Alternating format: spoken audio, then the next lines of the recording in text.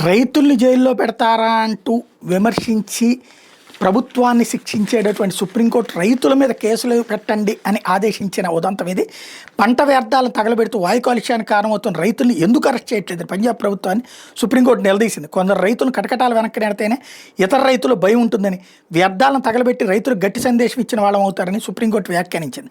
ఉత్తరప్రదేశ్, హర్యానా, రాజస్థాన్, పంజాబ్లో రాష్ట్రాల కాలుష్య నియంత్రణ మండలిలో పోస్టుల భర్తీకి సంబంధించిన అంశాన్ని సుమోటోగా స్వీకరించి విచారించిన సందర్భంగా సుప్రీంకోర్టు ప్రధాన justice BR Gavai, justice K Vinod చంద్రల ధర్మాసనం పై విధంగా స్పందించింది. రైతులు నిజంగా ప్రత్యేకమైన వాళ్లే, వాళ్ళ కారణంగానే మనం ఆహారం తినగలుగుతున్నాం. అంత మాత్రాన మనం పర్యావరణాన్ని కాపాడకుండా మౌనంగా కూర్చోలేం కదా.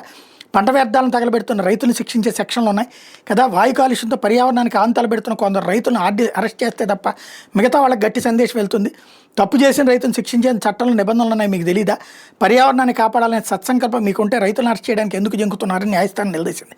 పంట వ్యర్థాలను జీవేంద్రంగా ఉపయోగించవచ్చన్న వార్తలను మేము కూడా వార్తాపత్రికలు చదివాం. ఇలా సద్వినియోగం చేసుకోండి మేము పదే పదే చెప్పలేమంటూ సిజే గవాయ్ అసహనం వ్యక్తం చేశారు. సిఏక్యూఎం, సిపిసిబిల్లో పోస్టులు 3 నెలల్లో భర్తీ చేయండి, పదోన్నత పోస్టులు 6 నెలల్లో భర్తీ చేయండి అని కోర్టు ఆదేశించింది.